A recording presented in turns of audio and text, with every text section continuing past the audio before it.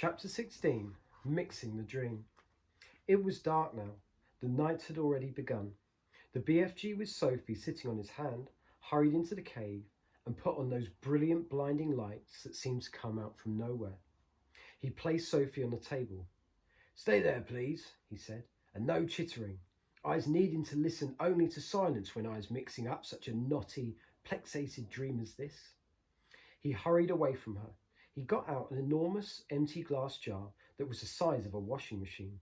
He clutched it to his chest and hurried towards the shelves on which stood the thousands and thousands of smaller jars containing the captured dreams. "Dreams about giants," he muttered to himself as he searched the labels. "The giants is guzzling human beings. No, not that one, nor that one. Here's one, and here's another." He grabbed the jars and unscrewed the top. He tipped the dreams into the enormous jar he was clutching, and as each one went in, Sophie caught a glimpse of a small sea-green blob tumbling from one jar into the other. The BFG hurried towards another shelf. "Now," he muttered, "I is wanting dreams about giggle houses for girls and about boggle boxes for boys." He was becoming very tense now. Sophie could almost see the excitement bubbling inside him as he scurried back and forth among his beloved jars. But he seemed to know almost exactly where every one of them was. "Dreams about a little girl," he muttered, "and dreams about me, about the BFG. Come on, hurry up, get on with it. Now, where is the wonky world? I is keeping those." And so it went on. In about half an hour, the BFG had found all the dreams he wanted and had tipped them into the one huge jar. He put the jar on the table. Sophie sat watching him, but said nothing. Inside the big jar, lying on the bottom of it, she could clearly see about 50 of those oval sea-green jellyfish shapes, all pulsing gently in and out, some lying on top of others, but each one still a quite separate individual dream. "Now he is mixing them," the BFG announced. He went to the cupboard where he kept his bottles of frobscottle, and from it he took out a gigantic egg beater. It was one of those that has a handle which you turn, and down below there are a lot of overlapping blades that go whizzing round. He inserted the bottom end of this contraption into the big jar where the dreams were lying. "Watch," he said. He started turning the handle very fast. Flashes of green and blue exploded inside this jar. The dreams were being whisked into a sea-green froth. "The poor things," Sophie cried. "They's not feeling it," the BFG said as he turned the handle. "Dreams is not like human beings or animals. They's no brains. They's made of zosimus." After about a minute, the BFG stopped whisking. The whole bottle was now full to the brim with large bubbles. They were almost exactly like the bubbles we ourselves blow from soapy water, except that these had even brighter and even more beautiful colours swimming on their surfaces. "Keep watching," the BFG said. Quite slowly, the topmost bubble rose up through the neck of the jar and floated away. A second one followed, then a third and a fourth. Soon the cave was filled with hundreds of beautifully coloured bubbles, all drifting gently through the air. It was truly a wonderful sight.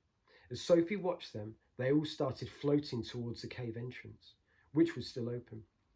"They're going out," Sophie whispered. "Of course," the BFG said. "Where to?" "Those is all little tiny dream bits that I isn't using," the BFG said. "They is going back to the misty country to join up with proper dreams." "It's all a bit beyond me," Sophie said. "Dreams is full of mystery and magic," the BFG said. "Do not try to understand them. Look in the big bottle and you will now see the dream you is wanting for the Queen." Sophie turned and stared into the great jar. On the bottom of it, something was thrashing around wildly, bouncing up and down and flinging itself against the walls of the jar. "Good heavens," she cried. "Is that it?" "That's it," the BFG said proudly. "But it's horrible," Sophie cried. "It's jumping about. It wants to get out." "That's because it's a troggle humper," the BFG said. "It's a nightmare." "Oh, but I don't want you to give the Queen a nightmare," Sophie cried. "If she is dreaming about giants guzzling up little boys and girls, then what is you expecting it to be except a nightmare?" the BFG said. Oh no, Sophie cried. Oh yes, the BFG said. A dream where you is seeing little chidlers being eaten is about the most frightsome, trouble-hunking dream you can get. It's a kicksy bog thumper. It's a wopsy gob switcher. It is all of them riddled into one. It is as bad as that dream I blew into the flesh lump eaters this afternoon. It is worse. Sophie stared down at the fearful nightmare dream that was still thrashing away in the huge glass jar. It was much larger than the others. It was about the size and shape of shall we say, a turkey's egg. It was jellyfish. It had tinges of bright scarlet deep inside it. There was something terrible about the way it was throwing itself against the sides of the jar. I don't want to give the Queen a nightmare, Sophie said. I was thinking, the BFG said, that your Queen will be happy to have a nightmare if having a nightmare is going to save a lot of human beings from being gobbled up by fearsome giants. Is I right or is I left? I suppose you're right, Sophie said. It's got to be done. She will soon be getting over it, the BFG said. Have you put all the other important things into it? Sophie asked. When I was blowing that dream into the Queen's bedroom, the BFG said, she will be dreaming every single little thing dangling you is asking me to make her dream. About me sitting on the windowsill? That part is very strong. And about a big friendly giant? I is putting in a nice long gobbet about him, the BFG said.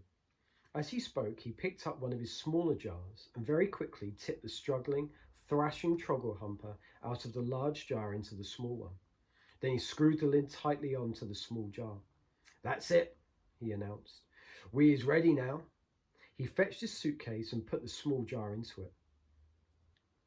Why bother to take a great big suitcase when you've only got one jar? Sophie said. You could put the jar in your pocket. The BFG looked down at her and smiled. By goggles, he said, taking a jar of the suitcase. Your head is not quite so full of grim sludge after all. I can see you is not born last week. Thank you, kind sir, Sophie said, making a little curtsy from the top table. Is you ready to leave? The BFG asked. I'm ready, Sophie cried. Her heart was beginning to thump at the thought of what they were about to do. It really was a wild, crazy thing. Perhaps they would be thrown into prison. The BFG was putting on his great black cloak. He tucked the jar into a pocket in his cloak. He picked up his long trumpet-like dream blower. Then he turned and looked at Sophie, who was still on the tabletop. The dream bottle is in my pocket, he said. Is you going to sit in there with it during the travel? Never, cried Sophie. I refuse to sit next to that beastly thing. Then where is you going to sit? The BFG asked her. Sophie looked at him for a few moments. Then she said, if you would be kind enough to swivel one of your lovely big ears so that it is lying flat like a dish, that would make a very cosy place for me to sit. By gumbo, that is a quackling good idea, the BFG said. Slowly, he swiveled his huge right ear until it was like a great shell facing the heavens. He lifted Sophie up and placed her into it. The ear itself, which was about the size of a large tea tray, was full of the same channels and crinkles as a human ear. It was extremely comfortable. I hope I don't fall down your ear hole, Sophie said, edging away from the giant's large hole just beside her. Be very careful not to do that, the BFG said. You would be giving me a cronking earache. The nice thing about being there was that she could whisper directly into his ear. You is tickling me a bit, the BFG said. Do not jiggle about. I'll try not to, Sophie said. Are we ready? Yeah, yelled the BFG. Don't do that. I didn't do anything, Sophie said. You was talking too loud. You was forgetting that I is hearing every little thing dangling 50 times louder than usual. And there is you shouting away right inside my ear. Oh gosh, Sophie murmured. I forgot that. Your voice is sounding like thunder and trumpets. I'm so sorry, Sophie whispered. Is that better? No, cried the BFG. It sounds as though you were shooting off a blunderbuss. Then how do I talk to you? Sophie whispered. Don't, cried the BFG. Please don't. Each word is like you was dropping buzz bombs in my ear hole. Sophie tried speaking right under her breath. Is this better? She said. She spoke so softly she couldn't even hear her own voice. That's better, the BFG said. Now I is hearing you very nicely. What is it you was trying to say to me just now? I was trying to say, are we ready? We is off, cried the BFG, heading for the cave entrance. We is off to meet Her Magister the Queen. Outside the cave, he rolled the large round stone back into place and set off at a tremendous gallop.